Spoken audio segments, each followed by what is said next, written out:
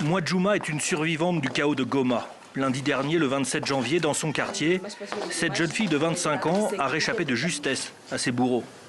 Des hommes en armes, en tenue militaire, qui passaient de maison en maison pour piller et tuer. Quand je les ai vus, j'ai frissonné de peur. J'ai uriné sur moi parce qu'ils me pointaient des armes dessus. J'ai donné tout ce que j'avais. Ils prenaient les choses de la maison et ils frappaient sur les murs. Bam! J'ai tout donné. Ils m'ont enlevé mes habits, mais l'un d'entre eux a dit « Habille-toi, on a eu ce qu'on voulait ». Les garçons de la parcelle ont voulu discuter avec eux et ils se sont fait tirer dans les jambes. Devant chez elle, un pasteur a été exécuté. Elle en fait encore des cauchemars, mais elle a gardé sa veste souillée pour témoigner.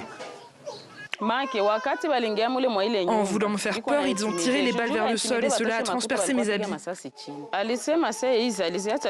Je les ai gardés parce que moi, je suis de Kinshasa et pas de Goma. Je n'ai jamais connu la guerre. Grâce à cela, je vais pouvoir le raconter.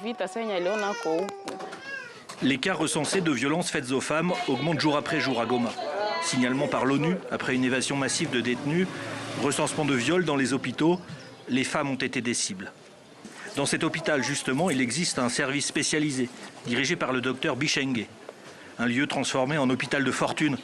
Des tentes ont été montées dans les jardins pour accueillir des centaines de blessés par balle, beaucoup de femmes aussi. Et jusqu'à aujourd'hui, 16 cas de viol. Au total, nous avons enregistré 16 cas de violences sexuelles. Donc dans une seule journée, on avait enregistré 5 cas qui étaient arrivés. Et les 11 qui sont arrivés dans une autre journée. Ce sont des chiffres très élevés. Pour nous, pendant 7 jours, ce sont des chiffres très élevés.